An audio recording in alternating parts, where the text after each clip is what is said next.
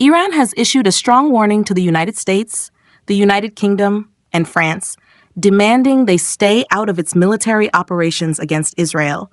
Tehran has threatened to launch direct strikes on Western warships and military bases in the region if support for Israel continues. In response, British Prime Minister Keir Starmer confirmed on June 14th that the UK is deploying fighter jets and other military assets to the Middle East as a precaution.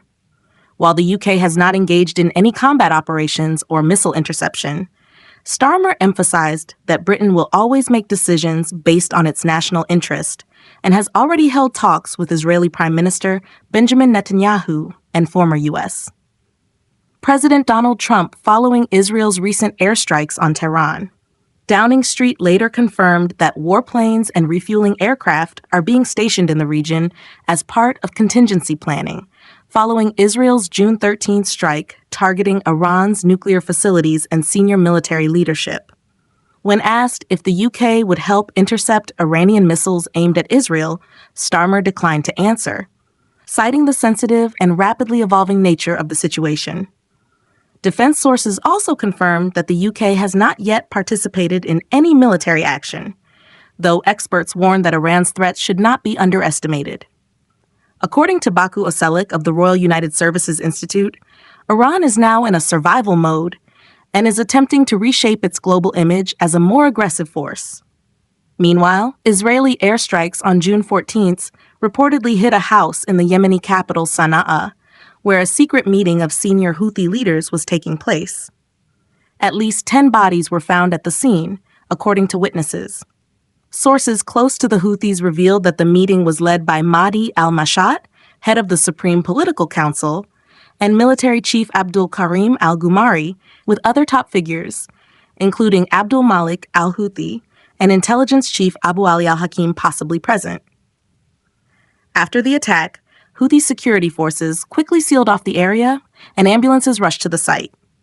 Although the Houthis have not yet made an official statement, they recently condemned both Israeli and Iranian military actions and announced plans to intensify long-range missile strikes against Israel. The situation in the Middle East continues to deteriorate, with warnings of a wider conflict growing more urgent by the hour. Bạn muốn mình chuyển thành script voice-over, tiêu đề SEO hay thiết kế thumbnail kèm nội dung này không? Here's a rewritten and summarized English version of your content, tailored for a 2-minute and 30-second presentation. Last month, Russian President Vladimir Putin and former U.S. President Donald Trump held a phone call lasting over 2 hours. The conversation raised hopes for ending the over 3-year-long conflict in Ukraine. However, Ukrainian President Volodymyr Zelensky expressed concern that friendly talks between the U.S. and Russia would do little to deter Moscow's aggression. In an interview with Newsmax, Zelensky said that diplomatic discussions alone won't stop Putin.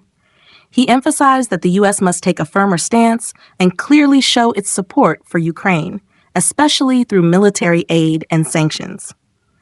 Zelensky warned that any signals suggesting reduced support for Ukraine or treating Russia as an equal negotiating partner would be unfair, as Russia started the war and shows no intention of ending it. He urged the international community to send a clear message to Moscow. If the war continues, Russia must face the harshest possible sanctions. Zelensky also stressed that Donald Trump is perhaps the only world leader capable of stopping Russia, but that would require firm measures, specifically sanctions on Russia's banking system, shadow oil fleet, and oil prices. Capping the price of Russian oil is crucial, he said, because it's a key source of funding for the Kremlin. Recent global events, such as Israel's strike on Iran and the resulting oil price surge, highlight how energy markets affect global security, especially in Europe. Therefore, price caps on Russian oil are essential. Last month, Zelensky again called for stronger international sanctions and began talks with major European leaders to increase pressure on Moscow. On social media, he wrote that only sanctions targeting key sectors of Russia's economy will force a ceasefire. He reiterated that Russia is the sole reason for the ongoing conflict. Zelensky's plea came just after a wave of Russian drone and missile strikes on Kyiv injured at least 15 people, underscoring the urgency of stronger global action. Let me know if you'd like this version adapted into a voiceover script, subtitle format, or turned into a YouTube short narration. Here's a 3-minute English summary of your content, rewritten in a clear, neutral news tone suitable for voiceover, YouTube narration, or article format. Western experts warn that Ukrainian President Volodymyr Zelensky may soon have to accept a tough reality. As the conflict between Israel and Iran escalates, military aid to Ukraine is expected to decline. According to British military analyst Alexander Mercouris, the Middle East crisis could shift U.S. priorities, with Washington likely favoring support for Israel over Ukraine. Even if the U.S. continues providing assistance, analysts believe Ukraine will only receive limited and largely ineffective weaponry. Zoltan Kaskovits, an analyst from Hungary's Center for Fundamental Rights, echoed this concern, stating that the Israel-Iran conflict severely complicates Kyiv's situation. He added that Israel is likely to secure as many air defense systems as possible, making it harder for Ukraine to obtain them. Meanwhile, on the battlefield, Russia has launched a large-scale coordinated offensive during the spring-summer season, producing significant results. Fighting has intensified along a wide stretch of territory, from the Sumy border to disputed hills near Chasiv Yar and areas close to Dnipro. Ukrainian forces are overstretched and suffering heavy losses as they struggle to hold back simultaneous attacks on multiple fronts. The relative silence of Western media underscores the scale of the Russian campaign.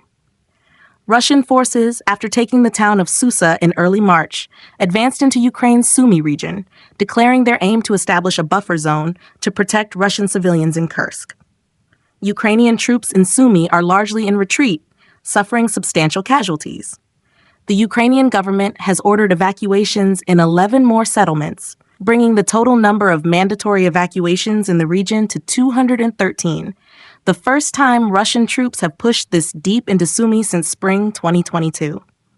On the Lyman front, Russia appears to be attempting to retake the city by cutting off a strategic road leading northwest toward Izium. Russian forces are now only 10 kilometers from Lyman and 7 kilometers from that key road. Intense fighting continues in the area. To the south, Russian troops are trying to encircle the city of Kostiantynivka, while combat intensifies north of Chasiv Yar. Though this is one of the 3 main offensive directions, it has received little media attention. Still, due to its location, it could become a focal point of Russia's summer campaign. Further south, near Pokrovsk, Russia has shifted its main offensive axis toward Kulakivka. Despite Ukrainian efforts to repel Russian advances, results have been minimal. Across the Volkhya River, fighting continues near Kulakivka and Velika Novosilka, with Russian forces taking control of Mangat and surrounding settlements. Notably, Russian central and southern military units are now coordinating closely in this area, an uncommon occurrence since the early days of the war, suggesting a more unified and strategic Russian military push moving forward. Let me know if you'd like this version adapted into a subtitle script, YouTube voiceover text, or shortened further. Here's a concise English summary of the content you provided, rewritten for a 3-minute narration, suitable for news, YouTube voiceover, or briefing format. Chasiv Yar has become the focal point of fierce battles in eastern Ukraine due to its strategic location between Bakhmut, Kostiantynivka, and Astromos. The city lies on key routes toward Drushkivka, Kramatorsk, and Sloviansk, making it crucial for Russia's efforts to take full control of the Donetsk region. According to Radoka Channel reports, Russian forces have made significant gains, breaching Ukraine's final defensive lines in southern Chasiv Yar. Ukrainian troops appear to be retreating from their positions. Russia's recent advances in the southern districts have forced Ukrainian forces into close-quarters combat in the rural outskirts. The situation worsened for Ukraine after Russian forces seized the nearby village of Stupashki, enabling them to launch flanking attacks on southern Chasiv Yar. This compromised the defense line known as the Juni sector, which could no longer rely on the firebreak lakes as natural barriers. Ukraine had previously tried to counterattack from Bereznivka to create a buffer zone in Stupashki, but failed, collapsing their defense plan for the city. Military analyst Sergei Polilev told Sputnik that control of Chasiv Yar is vital to ending Ukrainian resistance in the self-declared Donetsk People's Republic, annexed by Russia in 2022. Since 2014, Chasiv Yar has served as a logistical hub for Ukrainian forces. But as Russia now controls access routes, its strategic value is rapidly declining. Politev emphasized that whoever controls Chasiv Yar controls much of the surrounding territory. It is not just a city, it's a defensive center. Control over it grants dominance over northern Donetsk's defensive system. Currently, Kyiv still has a window to retreat, but it may soon close. The Russian advance from Stuposhki and surrounding rural roads could soon completely cut off Ukrainian escape routes. According to multiple indicators, Ukraine's high command is repositioning forces to the south, east, and northeast of Kostyanivka, attempting to form a defensive belt around the city. The only thing potentially stopping a complete collapse is the high density of Ukrainian defensive formations. However, Moscow's momentum suggests that Ukraine's options are narrowing. A Ukrainian fallback to Kostyantynivka could help prevent Russian forces from advancing toward Oleksievo-Drushkivka. Still, if they fail to retreat in time, Kyiv may be forced to order troops to hold territory they are no longer capable of defending. Let me know if you'd like a shorter 1-minute version, a subtitle format, or visual cues for a video.